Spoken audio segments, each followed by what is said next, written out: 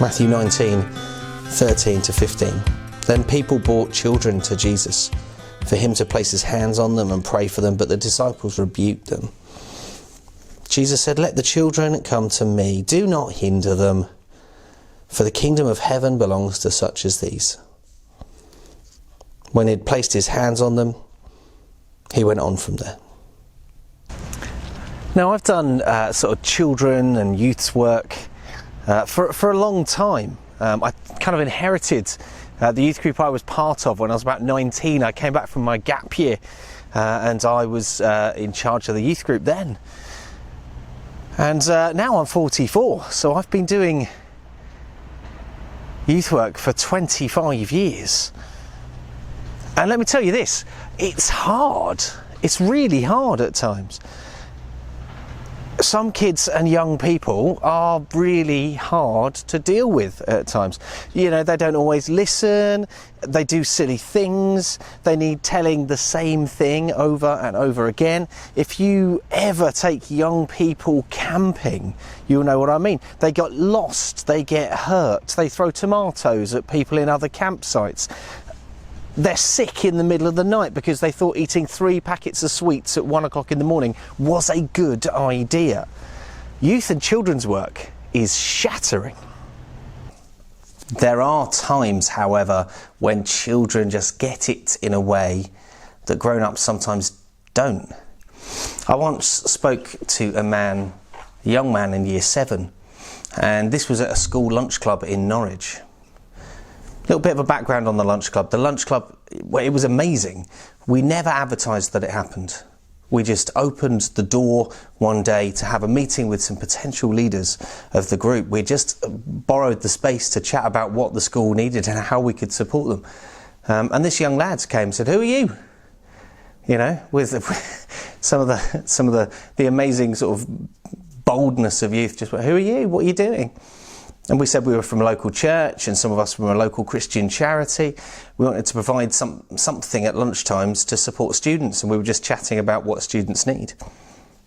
And he said that for him personally, what he needed was a safe space, a place where he could eat his lunch. Sometimes the playground, it's a tough place for some people. So we took on that feedback.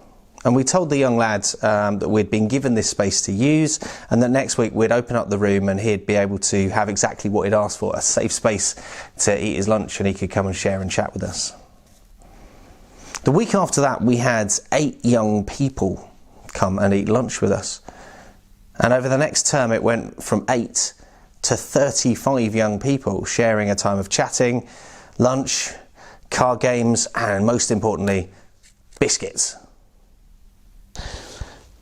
Back to this year 7 lad then.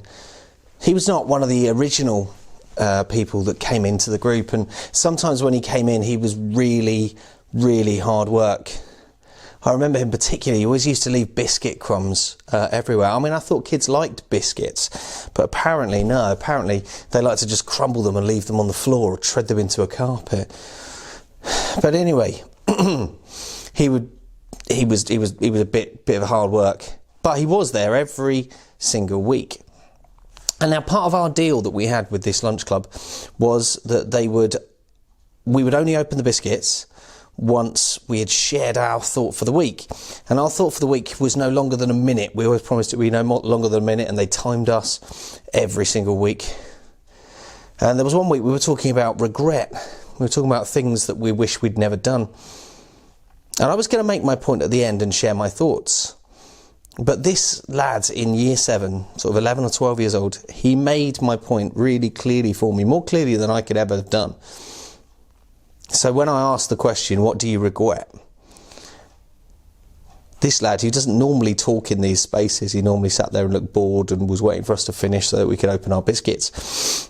Well, he chipped in straight away. "What do you regret?" He said straight away, "Nothing." I can remember he sort of shouted it out. It was really loud. "Nothing." I was intrigued. You know, if I had the chance to go back and not do something stupid that I'd done, he said, I'd have just forgotten that mistake I'd made. And then most likely I'd go ahead and do it again 5 minutes later. Live with it and don't do it again. He said, that's what my dad always says. Learn from it. Change it. That was the shortest talk we'd ever done. I could have talked about forgiveness. I could have talked about repentance. But actually the fact that this young lad had got it and he was looking in really healthy ways, just change what you do, learn from your mistakes. You know, a bad situation is only truly a bad situation if you don't grow through it. He got all of that. And so we just left it at that. He did his little talk for the week. He loved it. He'd done a great job for me. Matthew 19:13-15. Then people brought children to Jesus for him to place his hands on them and pray for them, but the disciples rebuked them. Jesus said, let the children come to me. Do not hinder them, for the kingdom of heaven belongs to such as these.